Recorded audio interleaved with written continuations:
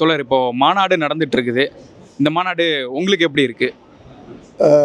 முதல்ல உண்மையில சொல்லணும்னா 9வது மாநாடு நடக்கிற பொழுது ஒரு ஒன்றுபட்ட மதுரை, அன்று இருந்த சூழ்நிலைகள், நம்முடைய இருந்த ஊழியர்கள் எல்லாம் இப்போ இல்லையே, எப்படி நடத்துறது என்று நம்ம தோழர்கள் எப்படி சமாளிக்க போகிறாங்க என்று நான் கவலைப்பட்டதுண்டு. இங்கே வந்து பார்த்த பிறகு ஏற்பாடு செய்திருப்பதெல்லாம் பார்க்குற பொழுது நான் வந்து அந்த தோழர்களையே அழைச்சி சொன்னேன், ரொம்ப பிரமாதமாக செஞ்சுருக்கீங்க. எனக்கு ரொம்ப கவலை இருந்தது, அந்த கவலைகள்லாம் இல்லாத அளவுக்கு ரொம்ப பிரமாதமாக செஞ்சுருக்கீங்க. இன்றைய தேவைகளை பூர்த்தி செய்யக்கூடிய அளவுக்கு நமக்கு சோஷியல் மீடியாலாம் வந்திருக்கு. ஏற்பாடுகள், உணவு ஏற்பாடுகள் எல்லாமே அற்புதமாக இருந்திருக்கிறது என்று அவங்ககிட்ட சொன்னேன். இது ஒரு இந்தியா, ஒரு மாநாடு என்று சொன்னால் மார்க்சிஸ்ட் கட்சி மாநாடு. அதில் வரக்கூடியவங்க இமயம் முதல் குமரி வரை இருக்கக்கூடிய அனைத்து பகுதி மட்டுமல்ல, இந்த முறை எப்பொழுதும் போலவே பிரிட்டன்லேருந்து வந்திருக்காங்க.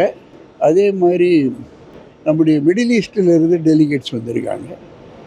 ஆக ஒரு சர்வதேச கட்சி என்பது மட்டுமல்ல, நம்ம வெளிநாடுகள்லேயும் நம்முடைய கட்சிக்கான ஊழியர்கள் இருக்கிறார்கள், உறுப்பினர்கள் இருக்கிறார்கள் என்பதை ஒரு பெருமையுடன் பார்க்கக்கூடிய முறையில் இருக்கிறது.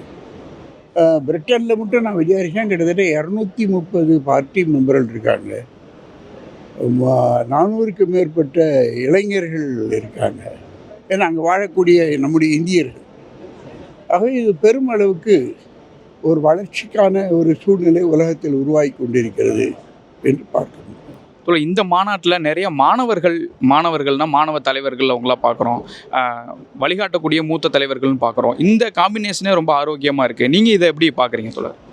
இந்த காம்பினேஷன் வளர வேண்டும் என்று பார்க்கிறேன். அதாவது இந்த காம்பினேஷனில் எது வளர வேண்டும் என்று சொன்னால், இளைஞர்கள் மேலும் மேலும் கட்சிக்குள்ளே வருவது, இன்றைய கட்சி சூழ்நிலைகளை புரிந்து கொள்வது, நாம் இன்னைக்கு சந்திக்கக்கூடிய மிக மிக மிக முக்கியமான இந்துத்துவ சவாலை, அந்த சவாலை எப்படி சந்திப்பது என்பது தான் இந்த மாநாட்டினுடைய பிரதானமான விவாதமாக மாறப்போகிறது. நேற்றைய தினம் ஒரு 2.25 மணி நேரத்துக்கு மேலே தோழர் பிரகாஷ் காரட் ரொம்ப தெளிவாக சூழ்நிலைகளை வலிக்கினார். பிரதிநிதிகளுக்கு பெரிய உற்சாகத்தை கொடுத்துருக்கு. இப்போ விவாதம் நடந்து கொண்டிருக்கிறது. ஆகவே இதற்கு பிறகு போய் வேலை செய்யக்கூடிய முறைகளில் தான் பெரிய மாற்றம் வரும் என்று சொன்னால், நம்ம இன்றைக்கி இருக்கக்கூடிய ஹிந்துத்துவ சவாலை சமாளிப்பது, ஒரு முதலாளித்துவ நிலப்பிரபுத்துவத்தினுடைய சுரண்டலை சமாளிப்பது என்பதை புதிய சூழ்நிலையில் கற்றுக்கொள்ள வேண்டியிருக்கு.